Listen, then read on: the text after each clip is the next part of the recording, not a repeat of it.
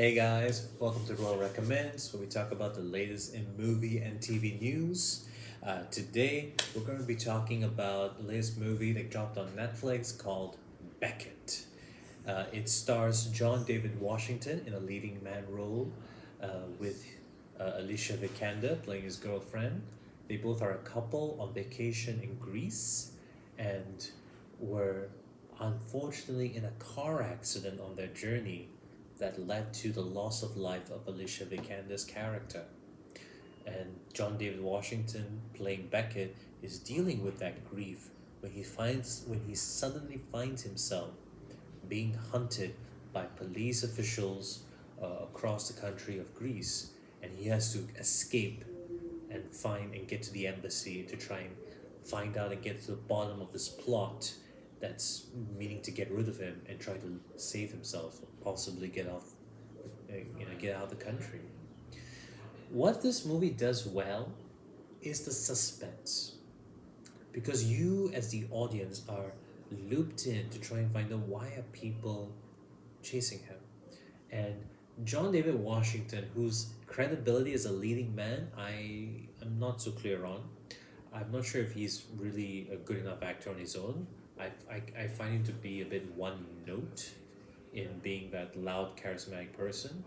I've not seen him do quieter roles well. I saw Malcolm and Mary. I thought he did an alright job there. With this film, I thought he did the physical acting and drama so well. You know, the physical trauma of being hunted, hurt, escaping, trying to navigate the terrains of Greece, both urban and in the wild, was very notable. He would have done Harrison Ford proud, uh, in the movie The Fugitive. It felt like that. This was basically The Fugitive, but not as good. And what I mean by that is they build up this mystery and give you little crumbs on what it could be. There's a election turmoil in Greece. You know, there's politics. There's a missing kid who's a nephew of the politician. There's a mafia, and you're wondering what could it be? How's it related? How is it implicating him? And you are ultimately let down in the third act when you see the reason for it, and you think, if you want to achieve this, and it's politically related, there's so many other ways you could have done it better.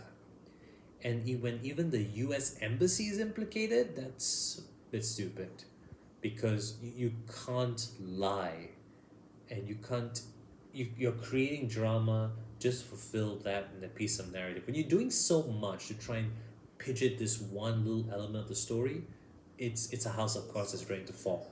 And I think the writers tried to make that click, and it didn't work, especially towards the last 20 minutes of the film, when John David Washington, who's a human, basically does a Batman move in the end to try and catch the bad guys, and you're like, nah, doesn't make sense.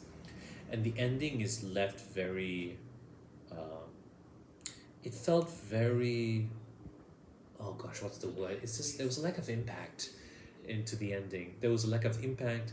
There was a lack of care when I found out what the twist was, because I was rooting for something more, something deeper, or something more better written, and it didn't come true.